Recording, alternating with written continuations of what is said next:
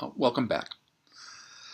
Let me start by saying that CS1X is a success. Students value the course highly, and CS2 instructors find the students well prepared. The student recommendations of friends increase student demand for the course highly. We've gone from 35 to 145, which is the max possible for a course with an embedded lab at our school. So why is CS1X so successful? Well, changing expectations for the students is a big one. Yes, we want students to be interested in the course. We are successful there. Keeping that interest has been maintained even as class size increased. Students are remaining fully participating and fully interested throughout the course. Keeping that interest helps with a departmental goal to prepare them and encourage them to be computing majors. I'll talk more about that later on. So, expectations more.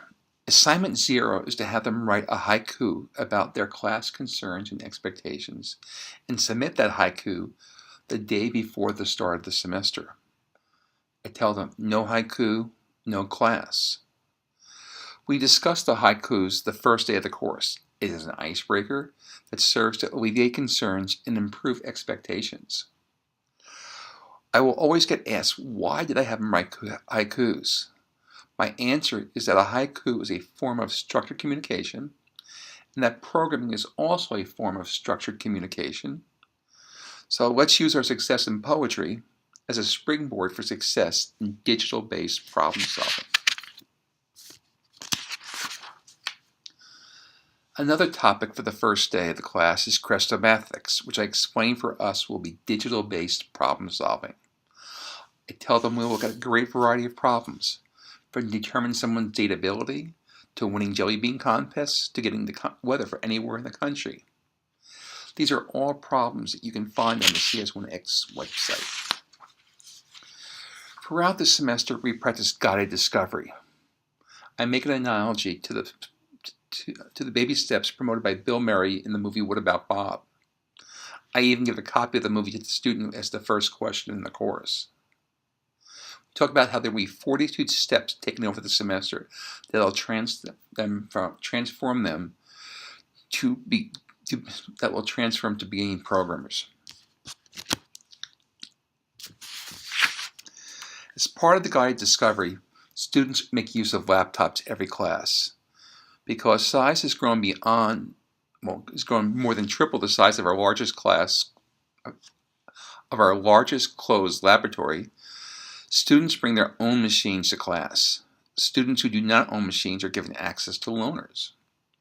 The students all leave that first class with the necessary software installed and running and have successfully uploaded the files to the course website.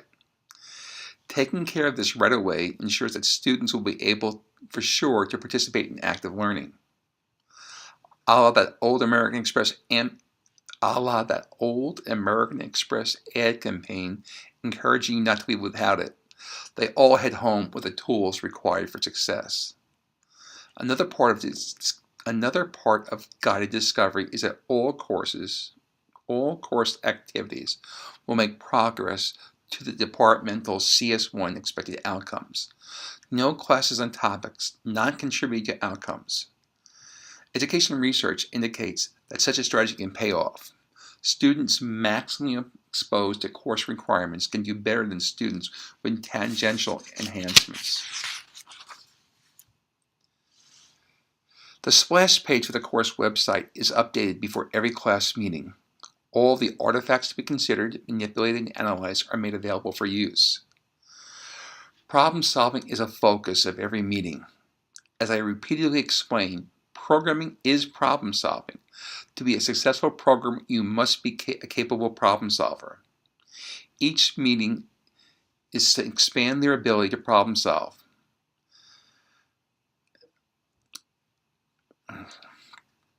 Class meetings are interspersed with information transmission on my part, questions and answers on both our parts, and problem solving and expressing solutions in digital form, both on our parts.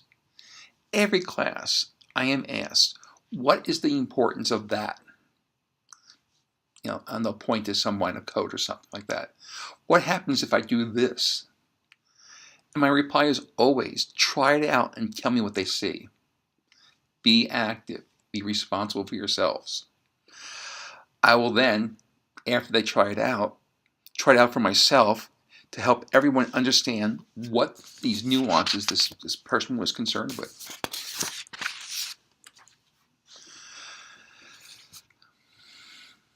Success. I routinely comment every class on our accomplishments so far. Another form of communication are epistles posted on the class website. Letters from me to the students as a whole. The letters expand on current course elements that I want to comment on. They are also as likely to be me detailing their accomplishments and questioning whether they realize how much progress they've made. Our school provides a web tool Colab to maintain a course website.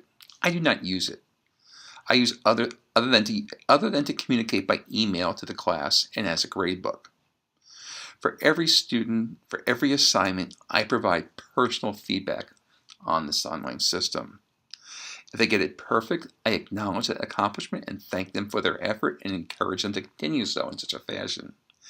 If it's not perfect, I recommend how to improve.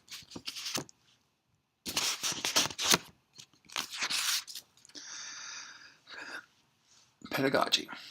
I tell my students at some point the story of how someone ended up being a computer scientist. It starts off with a naive in the classic sense, first-generation college-attending guy who wanted to be a physics professor. So when he started college, he had enrolled in the School of Education, thinking a professor had to be a trained educator. He goes on to tell how when the physics chair learned of his goal, he was told to change to the School of Science, that being a professor had nothing to do with education. He did not believe that, but being told how his life, he did not believe that, but being told his whole life how to always follow expert advice, he does. He next got a letter saying his scholarship was gone. It had been limited to the School of Education. He leaves that college as it's no longer affordable. He goes to another school with a bad taste for physics and finds the laws of information to be even more interesting than laws of this nature. To this day, he still routinely buys education books because being a professor is about education. He also, by the way, routinely buys physics books. So, again, I think this is true of most of us. We have been trained to be computer scientists, probably almost no training in teaching. And so one of the good things about this module here, this Lighthouse CC module for community college teachers, is the discussion of pedagogy.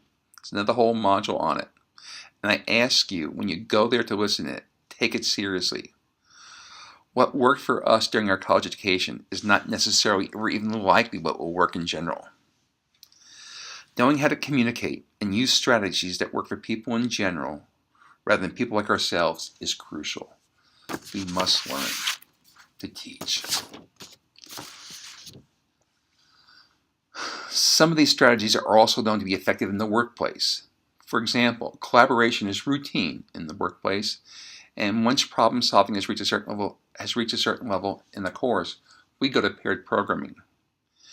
You're likely already aware of the idea of paired programming and of its applicability to students in general, be it across genders or ethnicities. Paired programming is not the same as group assignment. To get the benefits of paired programming, you need to follow its constructs. So again, please think about this pedagogy module and make use of it. It's real important.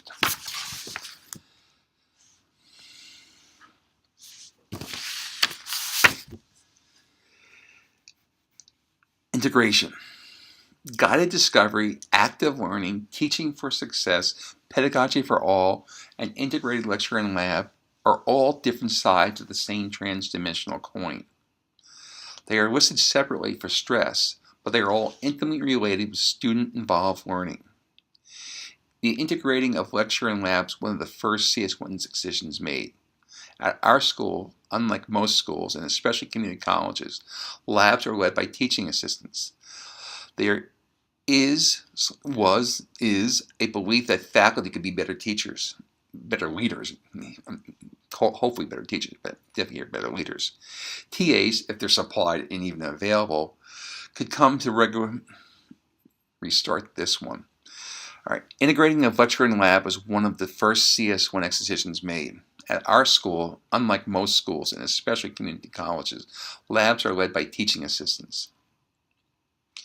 There's a belief among the faculty that faculty could be better leaders.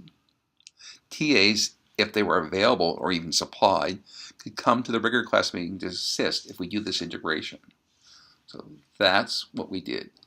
The idea was to get the professor there all the time. Choosing the right examples can be important. As noted in the earlier unit, faculty choosing examples typically interest themselves. It's not a preferred route. Doing tax computations in April is not going to be interesting to students in general. The CS1 examples are not determined in isolation or used out of habit. Can a first program print something other than Hello World? How about something more interesting? How about something more relevant to their lives? There is never a single theme for the examples. You do not want a student who has a disinterest or dislike for something be forced to deal with it all semester. Problems whose descriptions and/or solutions are easily visualized are generally effective. Once the students have been taught the basics of graphical programming, the next assignment, which always falls over a weekend, requires they produce a program that produces something interesting, where interesting is in air quotes. It can be as simple as a snow person, a tricolored flag, a rectangular house with a single door and maybe a window. What gets the students motivated and to work on this is that they're allowed to separately submit, if they want to an art exhibition to be visible by all, and with the winner or winners getting recognition and a token prize. You see here some of the more recent winners. All right. Again, Wednesday, Friday, they learned about graphical programming, how to give commands, and they end up doing things as beautiful like this. This is, again, before they even have loops or any sort of decision making.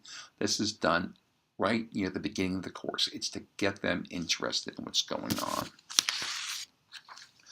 Later in the course, when working with two-dimensional data structures, image processing generally goes over well. Be it coloring of a picture or image manipulation are all good. So how do I get my examples? How do I choose my examples? Well, I've created an interest survey for my students to take and then give me insight on their problems of interest. The analysis of the results indicates that it is possible to pick problems that on average are interesting to people in general, be it by gender or be it by ethnicity. There are, again, a whole bunch of things out there that people find interesting in general. You do not need to pick something that appeals to a single group of people, like coming up with a program to do keep bowling scores. All right, you want things that have general interests. That survey is available for you to take. If you desire, you can give it to your students and see what they report in. You can see your students in isolation and see how they report. You can compare your students to other students. You can compare yourself to other faculty. All sorts of things there are available to you. And this is an activity I would like you to try before we continue on with this module. Now, I'd also like us now to do some reflection. I talked about what I'm doing. What should people copy from you? What things should you change? You know you should change, but won't. How can you overcome that barrier? Thank you.